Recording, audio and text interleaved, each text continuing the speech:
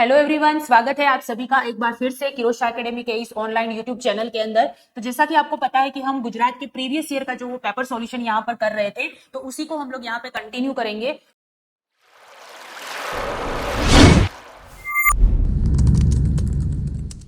तो स्टार्ट करने से पहले अगर आप इस चैनल पे नए हैं तो एक बार चैनल को सब्सक्राइब कर दीजिए और बेल आइकन को प्रेस कर देना है, ताकि जो भी अपडेट इस यहाँ से आपको आएगा वो आपको इसी चैनल पे प्रोवाइड करवा दिया जाएगा और आपके पास जल्द से जल्द पहुंच जाए। और अभी तक अगर किसी ने जो हमारे पिछले वीडियो है जहां पे हम गुजरात का जो पहले का क्वेश्चन पेपर है वो सॉल्व करवा रहे हैं, वो नहीं देखा है, जाकर जरूर देखिए। एक बार आपको आइडिया लगेगा कि अपकमिंग गुजरात के अंदर जो वैकेंसी आने वाली है तो उससे रिलेटेड किस तरह का क्वेश्चन पेपर आता है ये आपको पता होना बहुत ज्यादा जरूरी है। और बहुत अच्छा क्वेश्चन पेपर आया था।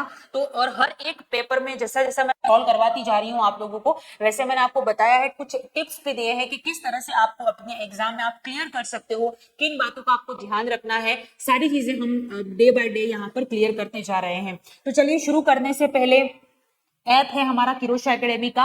अगर आपने अभी तक उसको डाउनलोड नहीं किया है तो प्ले स्टोर पर जाकर आप डाउनलोड कर लीजिए। वहां पर आपको थ्योरेटिकल कोर्स अवेलेबल मिलेगा, उसके साथ में आपको वहां पे टेस्ट सीरीज और प्रीवियस ईयर के जो क्वेश्चन पेपर हैं जो आए हुए हैं गुजरात के अंदर, वो भी आपको वहीं पे मिलेंगे। ठीक है, तो चलिए स्टार्ट करते हैं हम। और ये हमारा व्हाट्सएप नंबर है, इस नंबर पे आप कॉल और हमें मैसेज कर सकते हैं। तो चलिए शुरू करते हैं। जैसा कि हम लोग यहाँ पर पेपर सॉल्यूशन कर रहे हैं तो क्वेश्चन जो है वो हमारे सामने है। आपको सबसे पहले क्वेश्चन को केयरफुली रीड करना है, उसके बाद ही आपको आंसर करना है। तो चलिए क्वेश्चन को पढ़ने की कोशिश करते हैं कि क्या हमारा यहाँ पे राइट आंसर रहेगा। तो हमारा यहाँ पे क्वेश्चन है, which of the following anti tubercular drug is Contra indicated. इनमें से कौन सी एंटी ट्यूबरकुलर ड्रग है जो कॉन्ट्रा इंडिकेटेड है फॉर प्रेग्नेंट वुमन, यानी कि जो प्रेगनेंसी में आप नहीं दे सकते हो। ठीक है, यानी कि प्रेग्नेंट वुमन है उसमें कौन सी एंटी टीबी ड्रग जो टीबी को ठीक करने के लिए डॉट्स थेरेपी के अंदर जो दी जाती है एंटी ट्यूबरकुलर ड्रग, तो वो कौन सा नहीं देंगे, कॉन्ट्राइंडिकेटेड कौन सा है देखते हैं। तो ए ऑप्शन है यहाँ पे इथाम्ब्यूटॉल, बी ऑप्शन है आइसोनियाजाइड, सी ऑप्शन है pyrazinamide and D option is streptomycin. चार ऑप्शन है आपके सामने। फर्स्ट आपको क्वेश्चन जो है उसको केयरफुली रीड करना है, उसके बाद आंसर आप ऑप्शन रीड करेंगे, उसके बाद आंसर देने की कोशिश करेंगे। ठीक है, अब इस क्वेश्चन, ऐसा ही क्वेश्चन पहले भी डॉट्स का आ चुका है इसी पेपर के अंदर, मैंने प्रीवियसली सॉल्व करवाया है, आप जाकर वहां पर देख सकते हैं। तो यहाँ पे इनको ड्रग के बारे में पूछा है आपको।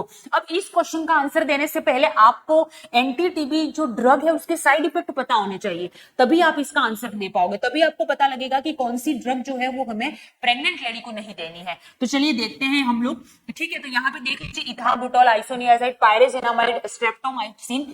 टीबी जो होता है एंटी टीबी ड्रग, तो इसको आप पेरिस के नाम से याद रख सकते हैं। ठीक है, पेरिस के नाम से इन ड्रगों को आप याद कर सकते हैं। टोटल 5 ड्रग हैं, इंपॉर्टेंट है, जो डॉट्स थेरेपी के अंदर हम पेशेंट को देते हैं। ठीक है, सबसे पहली जो होती है यहाँ पे लिखा हुआ है पायरिजिनामाइड, पायरिजिनामाइड। ठीक है, दूसरी इथाम्ब्यूटॉल, इथाम्ब्यूटॉल। तीसरी होती है रिफाम्पिसिन, रिफाम्पिसिन। ठीक है, चौथी होती है आइसोनियाजाइड, आइसोनियाजाइड। पांचवी होती है स्ट्रेप्टोमाइसिन, स्ट्रेप्टोमाइसिन। ठीक है, तो ये ड्रग है। इन पांचों ड्रग, एक तो 5 ड्रग आपको याद रखने हैं, याद रखने का तरीका पेरिस से आपको याद रखना है। ठीक है, उसके अलावा यहाँ पे और क्या याद रखना है कि कौन सी ड्रग नहीं देते हैं, यानी कि सबसे ज्यादा जो कॉम्प्लिकेशन करती है, जिसके साइड इफेक्ट सबसे ज्यादा डेंजरियस है, जो बच्चे को नुकसान पहुंचा सकते हैं, तो ऐसी ड्रग आप मत दो।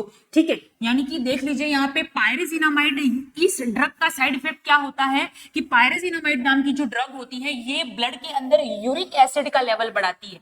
किसका लेवल बढ़ाती है? यूरिक एसिड जो होता है इसका लेवल बढ़ाती है, और ये ज्वाइंट में जमा हो जाएंगे तो यहाँ पे ज्वाइंट पेन आपको देखने को मिलेगा। क्या देखने को मिल सकता है?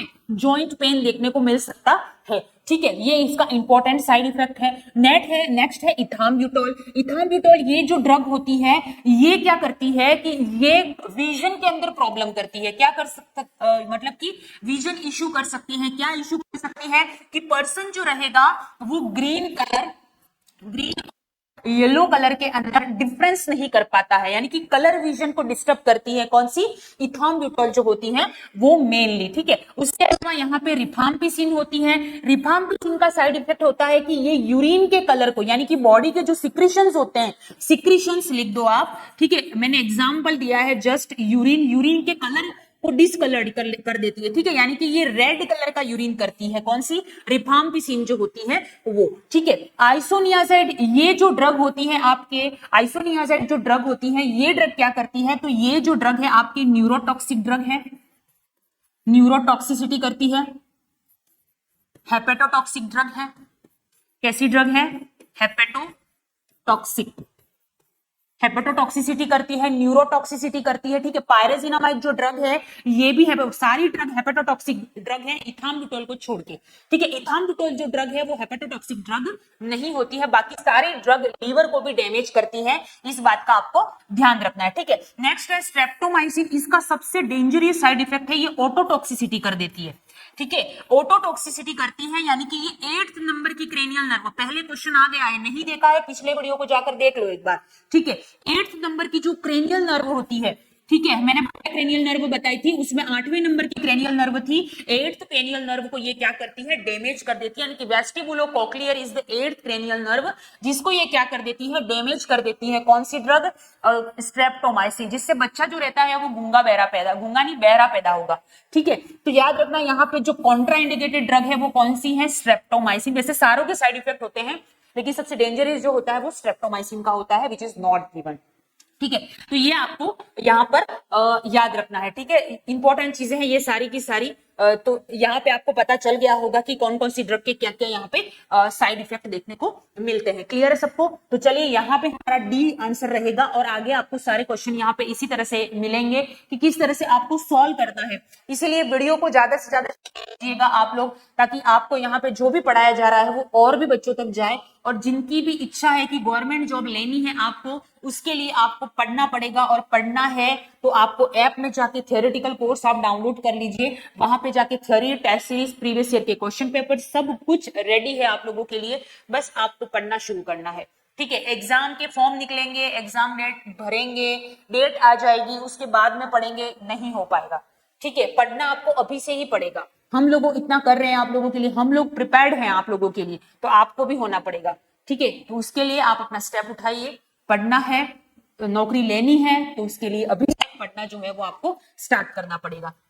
चलिए नेक्स्ट क्वेश्चन की तरफ बढ़ते हैं। Which of the following is the indication of sitz bath, ठीक है, सिट्स बाथ किस में यूज करते हैं ये पूछा गया है यहाँ पे, यानी कि हल्के गर्म पानी में जो हम पेशेंट को बैठाते हैं उसको बोलते हैं सिट्स बाथ, ठीक है। क्या बोलते हैं, सिट्स बाथ, हल्के गर्म पानी में किसी भी पेशेंट को बैठाना, उसको बोलते हैं सिट्स बाथ, जिसका टेम्परेचर अप्रॉक्स 115 डिग्री सेंटीग्रेड तक होना चाहिए, ठीक है, तो उसको सिट्स बाथ बोलेंगे। तो ये किसके लिए ज्यादा इफेक्टिव है, सिट्स बाथ, ठीक है। हेमरोइडेक्टोमी जिसका हुआ, यानी कि जिसका हेमरोइड्स हटा दिया गया है, ठीक है। नेक्स्ट है अपेंडेक्टोमी, यानी कि जिसमें अपेंडिक्स का हटा दिया गया है, एक्टोमी मतलब हटाना।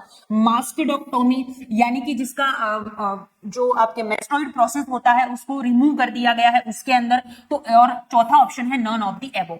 तो चलिए आंसर करेंगे, क्या करेक्ट आंसर रहेगा। सिट्स बाथ 115 डिग्री, 110 से 115 डिग्री सेंटीग्रेड टेम्परेचर होना चाहिए नॉर्मली सिट्स बाथ के अंदर, और ये जनरली देख लीजिए यहाँ पे। अब सिट्स बाथ का मतलब होता है पेशेंट को गर्म पानी लेना है हल्का, यानी कि 110 से 115 डिग्री के बीच में, और उसमें बैठाना है उसको 10 मिनट के लिए। अब मास्टेडोक्टोमी वालों को जरूरत है, या फिर कैसे बैठाओगे, कान को कैसे, पॉसिबल ही नहीं है, ठीक है। अपेंडिक्स वाली को नहीं, ठीक है। तो यहाँ पे हेमरोइड बचा, देखो कितना इजी ऑप्शन दिए इन्होंने। तो हेमरोइडेक्टोमी यानी कि हेमरोइड जिसके रिमूव हुए, उसमें ब्लीडिंग को कंट्रोल करने के लिए और हीलिंग प्रोसेस को बढ़ाने के लिए हम क्या करते हैं, उसमें सिट्स बाथ प्रोवाइड किया जाता है, ठीक है। तो इतना अच्छा पेपर आया था, अगर किसी ने रियल में पढ़ाई की होगी ना तो वो तो मतलब पेपर फाड़ ही देगा, ऐसा क्वेश्चन है।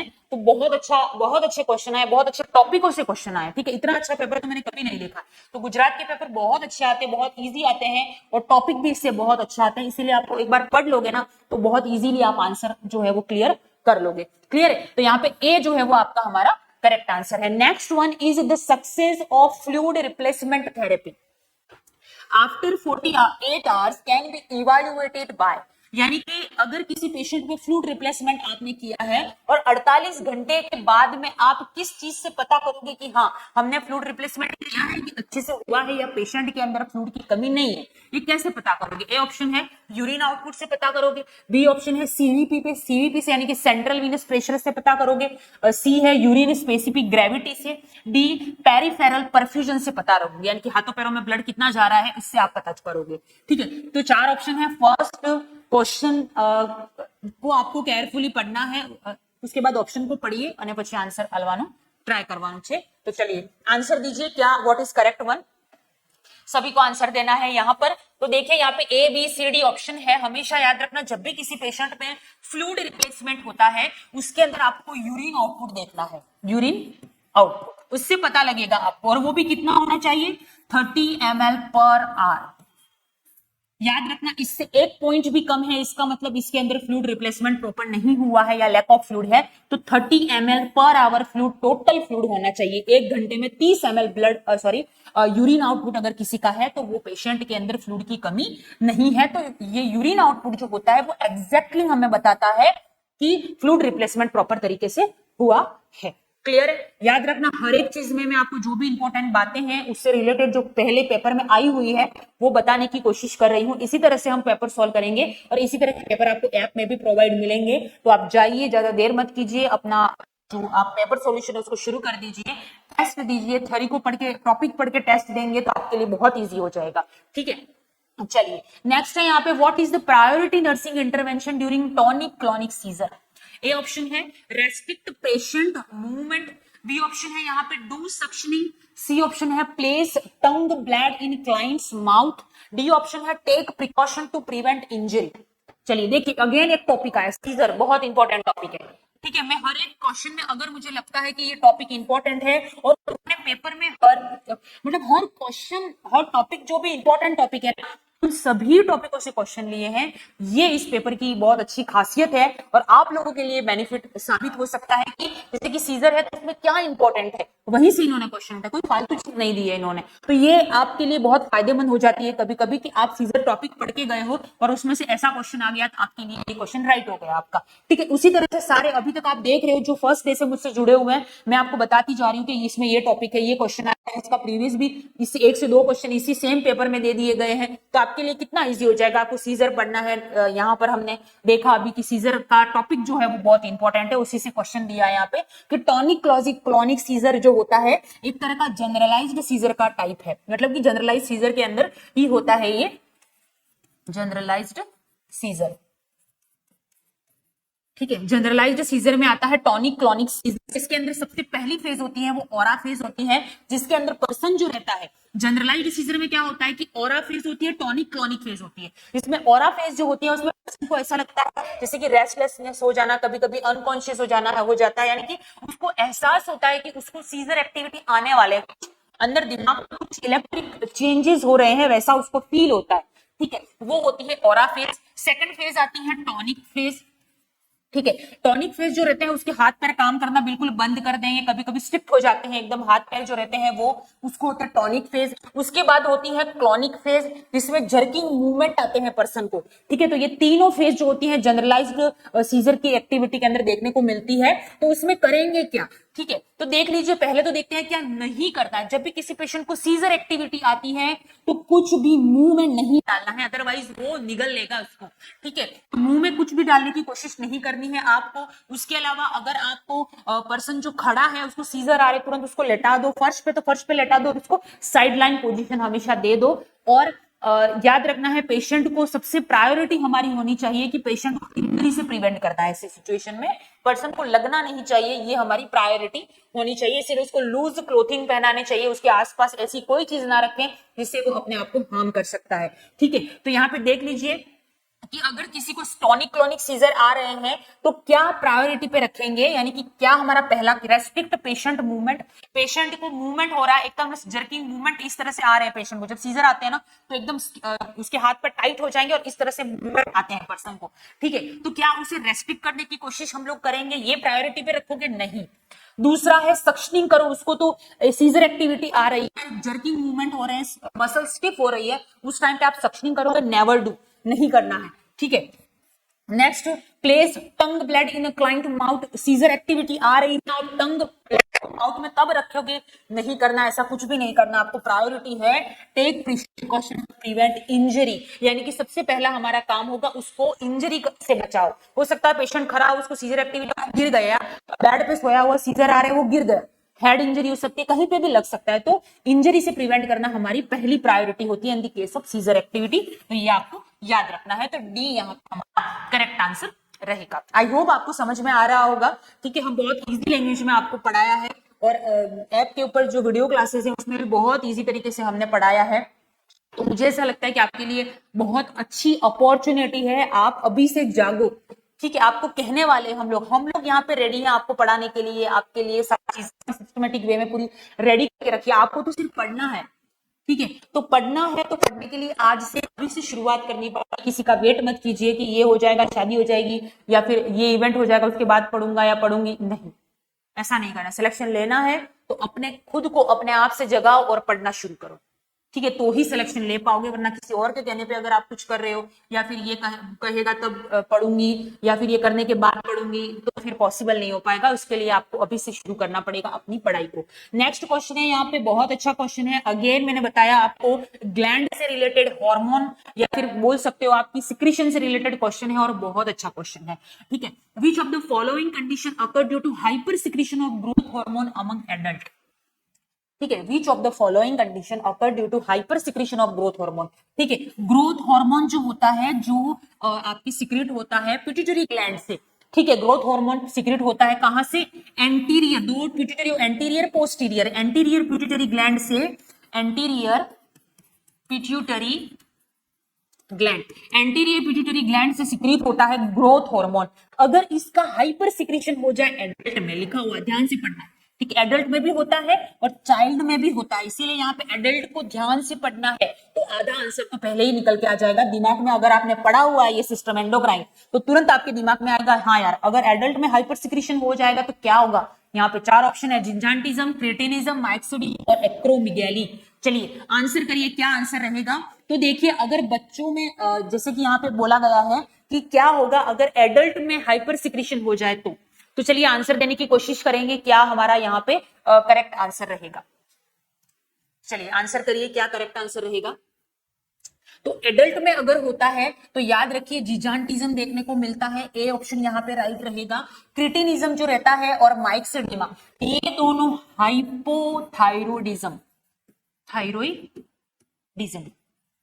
ठीक है, हाइपोथायरोडिज्म होता है, यानी कि थायराइड हार्मोन जो होते हैं उनका कम सिक्रीशन होता है। तो ऐसी सिचुएशन में क्रिटिनिज्म बच्चों में और माइक्सिडिमा एडल्ट में देखने को मिलता है। याद रखना है, ये क्रिटिनिज्म चिल्ड्रन में और माइक्सिडिमा एडल्ट में देखने को मिलता है। दोनों चीजें आपको याद रखनी है। एक्रोमिगेली हाइपर सिक्रीशन इन चिल्ड्रन, ठीक है, बच्चों में, चाइल्ड, आपको याद रखना है। तो यहाँ पे हमारा करेक्ट आंसर क्या रहेगा, दैट इज जिजांटिज्म। चलिए अगला क्वेश्चन है, डिक्रीज्ड ग्लूकोज इन सीएसएफ। अब सीएसएफ से क्वेश्चन है, टॉपिक इंपॉर्टेंट, सेरेब्रोस्पाइनल फ्लूइड। ठीक है, सेरेब्रोस्पाइनल फ्लूइड जो रहता है उससे रिलेटेड क्वेश्चन है। अगर सेरेब्रोस्पाइनल फ्लूइड में ग्लूकोज का लेवल कम हो जाए, ठीक है, नॉर्मली ग्लूकोज होता है, प्रोटीन होता है, ठीक है, तो ग्लूकोज का लेवल डिक्रीज हो जाए, कौन सी कंडीशन में डिक्रीज होता है? बहुत अच्छा क्वेश्चन है। वायरल मेनिंजाइटिस में, बैक्टीरियल मेनिंजाइटिस, ब्रेन एब्सेस या एनकेफेलाइटिस। ठीक है, एनकेफेलाइटिस ब्रेन के अंदर इंफेक्शन होता है तब सीएसएफ में ग्लूकोज का लेवल कम होता है। ब्रेन एब्सेस, ब्रेन में कोई इंफेक्शन हो जाए, एब्सेस मतलब, तब ग्लूकोज का लेवल कम हो जाएगा। या मेनिंजाइटिस हो जाए, वो भी बैक्टीरिया की वजह से मेनिंजाइटिस, यानी कि ब्रेन की जो तीनों लेयर होती है डीएपी, ठीक है, डीएपी जो तीनों लेयर होती हैं, ड्यूरामेटर, एरेक्नोडोमेटर, पायामेटर, ये तीनों मेनिंजेस कहलाती है। इनमें अगर इंफेक्शन हो जाए, वो भी बैक्टीरिया का, तब होता है, या वायरल मेनिंजाइटिस में होता है। तो देखिए यहाँ पे सीएसएफ में ग्लूकोज का लेवल डिक्रीज, यानी कि ये बैक्टीरियल मेनिंजाइटिस के अंदर होता है, याद रखना है, बी यहाँ पे राइट आंसर बनेगा। क्लियर है? चलिए आगे बढ़ते हैं अगले क्वेश्चन की तरफ। Which type of bone cell is responsible for the formation of bone? ठीक है, चलिए आंसर करिए, इनमें से कौन सा जो है वो बोन फॉर्मिंग सेल है? यहां पे पूछा गया है कि बोन फॉर्मिंग सेल क्या है। गुजराती में भी लिखा हुआ है, आप लोग आराम से पढ़िए। ठीक है, बोन फॉर्मिंग सेल कौन सी है? ए ऑप्शन है ओस्टियोब्लास्ट, बी ऑप्शन है ओस्टियोसाइट, सी ओस्टियोक्लास्ट, डी ऑप्शन है सार्कोमियर। ठीक है, चलिए आंसर करिए, क्या आंसर रहेगा यहाँ पर? बोन फॉर्मिंग सेल कौन सी होती है? तो आपको याद रखना है बोन फॉर्मिंग, यानी कि आप सोचोगे कि यार बोन फॉर्मिंग सेल क्या होगा, ठीक है, तो यहाँ पे याद रखना बोन फॉर्मिंग सेल मतलब इसका उल्टा आपको याद रखना है, यानी कि यहाँ पे ओस्टियोसाइट नहीं होगा, ओस्टियोक्लास्ट भी नहीं होगा, सार्कोमियर भी नहीं होगा, ओस्टियोब्लास्ट। ठीक है, ओस्टियोब्लास्ट याद रखना, बी बोन से रिलेटेड है बी, तो ओस्टियोब्लास्ट जो है यहाँ पे बोन फॉर्मिंग सेल कहलाती है। ठीक है, देखो किसी किसी क्वेश्चन में क्या होता है, कुछ ट्रिक से आप कोई चीज याद रखते हो ना तो आप एग्जाम में कंफ्यूज नहीं होगे, वरना एग्जाम में क्या होता है ऐसी चीजों में कंफ्यूजन बहुत ज्यादा हो जाता है, इसीलिए ट्रिक से चीजें याद रखा करो। ठीक है, चलिए अगला क्वेश्चन है यहाँ पे, gout occur as a result of, gout क्यों होता है? ठीक है, गाउट अब आपको पता होना चाहिए कि गाउट क्या होता है। ठीक है, तो गाउट के अंदर क्या होता है, जो यूरिक एसिड का लेवल है, बता देती हूं, यूरिक एसिड जो होता है ये प्रोटीन का एंड प्रोडक्ट है। क्या है? प्रोटीन जब टूटता है और आखिर में बनता है यूरिक एसिड, ये हमारी बॉडी से वैसे बाहर चला जाता है, लेकिन अगर ये हमारे जॉइंट में, बॉडी के जितने भी जॉइंट वगैरह होते हैं या ब्रेन में, कभी कभी बहुत हाई लेवल में सीवियर कंडीशन में ये ब्रेन में भी एक्यूमुलेशन हो जाता है। ठीक है, तो ऐसी कंडीशन को क्या बोलते हैं? गाउट बोलते हैं। ठीक है, अब यहाँ पे पूछा गया इसकी वजह से क्या हो सकता है? हाइपर प्रोटीनेमिया, प्रोटीन का लेवल ब्लड में बढ़ेगा। Next B increase the uric acid level in blood. C hypercalcemia, calcium का लेवल इंक्रीज हो जाएगा। इंक्रीज डब्ल्यूबीसी यानी कि डब्ल्यूबीसी काउंट बढ़ेगा। ठीक है, यहाँ पे 4 ऑप्शन दिए, अब मैंने बता दिया आप लोगों को कि क्या होता है गाउट, तो आपके लिए इजी हो जाएगा। ऑप्शन में देखिए हाइपर प्रोटीनेमिया, मैंने ऐसा कुछ नहीं बताया, प्रोटीन का एंड प्रोडक्ट है यूरिक एसिड, प्रोटीन का लेवल नहीं बढ़ता, यूरिक एसिड का लेवल, इसके एंड प्रोडक्ट का लेवल बढ़ रहा है ब्लड के अंदर, तो उसको क्या बोलेंगे? गाउट बोलेंगे। तो यहाँ पे हमारा राइट आंसर क्या रहेगा? B answer is the correct answer. Clear है? चलिए अगला क्वेश्चन, आगे बढ़ने से पहले अगर आप इस चैनल पे नए हैं, चैनल को सब्सक्राइब कर दीजिए, वीडियो जरूर देखिएगा, आपको जरूर फायदा होगा। ये पूरा क्वेश्चन पेपर जो है वो आपके लिए ही है, गुजरात के जितने भी बच्चे हैं हम चाहते हैं उनका सिलेक्शन हो जाए, इसीलिए आपके लिए ही हम लोग पेपर सॉल्व करवा रहे हैं, और बाकी के जितने भी पेपर है गुजरात के वो सब आपको ऐप पे प्रोवाइड मिलेंगे, तो आपको ऐप डाउनलोड कर लेना है। ठीक है, नेक्स्ट है, in head injury mannitol is given to. Head injury जब भी पेशेंट का, जैसे कि रोड ट्रैफिक एक्सीडेंट हो गया, पेशेंट आपके हॉस्पिटल में आया, आप प्राइवेट जॉब करते हैं, गुजरात में बच्चे ज्यादातर प्राइवेट हॉस्पिटल में जॉब करते हैं, ठीक है, मैं भी वहां पे करके पता है। ठीक है, तो हेड इंजरी का पेशेंट है, हॉस्पिटल में आया, यानी कि एक्सीडेंट हो गया पेशेंट का, हॉस्पिटल में आया, उसको सिर में लगी हुई है, आपने देखा होगा कि उसको अगर सस्पेक्टेड है या फिर देखता है डॉक्टर की इसको हेड इंजरी है या सिर में लगी हुई है इस पेशेंट को, ठीक है, तो तुरंत क्या करते हैं, उसको थोड़ा हेड अप करते हैं और मेनिटोल लगा देते हैं, क्योंकि सस्पेक्टेड है कि आईसीपी बढ़ सकता है, इंट्राक्रेनियल प्रेशर क्या होता है? इंक्रीज हो जाता है। ठीक है, तो ऐसे सिचुएशन में क्या करते हैं? मेनिटोल लगाते हैं। मेनिटोल एक तरह का ऑस्मोटिक डायूरेटिक है। कैसा डायूरेटिक है? ऑस्मोटिक डायूरेटिक, ऑस्मोटिक डायूरेटिक है मैनिटोल जो होता है वो, जो हेड इंजरी वाले पेशेंट में दिया जाता है मैनिटोल, ताकि एक्सेस फ्लूइड बॉडी से बाहर, या फिर वहां से फ्लूइड, आईसीपी बढ़ रहा है, इंट्राक्रेनियल प्रेशर इंक्रीज हो रहा है, तो वो वहां से शिफ्ट आउट हो जाए, बॉडी से ड्रेन आउट हो जाए। ठीक है, तो मैनिटोल जो रहता है हेड इंजरीज गिवन क्यों दिया जाता है? सीजर से प्रिवेंट करने के लिए। बी ऑप्शन है ट्रीट हेडेक, हेडेक को हम लोग ट्रीट करने के लिए मैनिटोल यूज करते हैं। डिक्रीज आईसीपी या मेंटेन बॉडी टेम्परेचर। अभी मैंने बता दिया आपको कि क्यों देते हैं मैनिटोल, अब आपके लिए इजी हो जाएगा। अभी मैंने आप लोगों को यहाँ पे बताया मैनिटोल की कहानी के, इसलिए इसको दिया जाता है हेड इंजरी वाले पेशेंट में। अब जिन बच्चों को ये पता है कि हेड इंजरी में मैनिटोल क्यों देते हैं, ठीक है, तो उनका आंसर इजी हो गया। इसके लिए क्या उन्होंने पढ़ा होगा पहले से कि मैनिटोल क्यों देते हैं, तभी आंसर आएगा ना, उसके लिए आपको थ्योरी पढ़नी पड़ेगी। ठीक है, तो यहाँ पे याद रखना, अभी तो मैंने आपको बता दिया है, लेकिन ऐसे बहुत सारे टॉपिक है, जरूरी नहीं है सेम पेपर आ जाए, और भी बहुत सारे टॉपिक हैं जो इंपॉर्टेंट है नर्सिंग के अंदर, आपको पता है, तो उसके लिए आपको पढ़ना पड़ेगा पहले थ्योरी, उसके बाद आप क्वेश्चन आंसर करेंगे, तो आपका आंसर बहुत इजीली आप दे पाएंगे उसको। ठीक है, तो यहाँ पे प्रिवेंट, सीजर एक्टिविटी को प्रिवेंट करने के लिए नहीं, हेडेक को ट्रीट के लिए हम कोई पैरासीटामोल का यूज कर सकते हैं, मैनिटोल जरूरी नहीं है। बॉडी टेम्परेचर मेंटेन नहीं होगा, इससे आईसीपी को मेंटेन करने के लिए, इंट्राक्रेनियल प्रेशर को कम करने के लिए हम क्या यूज करते हैं? मैनिटोल का इस्तेमाल करते हैं। अगला क्वेश्चन है हमारे पास में, posterior fontanelle closes by the age of, paediatric का क्वेश्चन है, बहुत अच्छा क्वेश्चन है।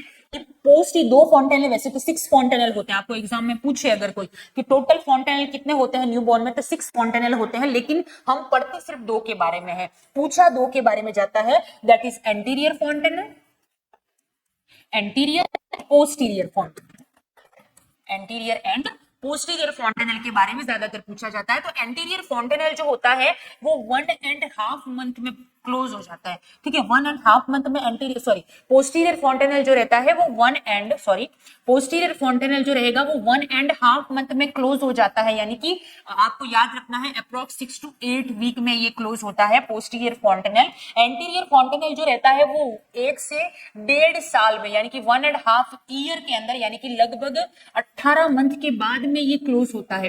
कौन सा? एंटीरियर फॉन्टेनल जो होता है, जो कि एंटीरियर फॉन्टेनल का शेप कैसा होता है पूछा जाए तो याद रखना है इट इज डायमंड शेप, ठीक है, डायमंड शेप होता है।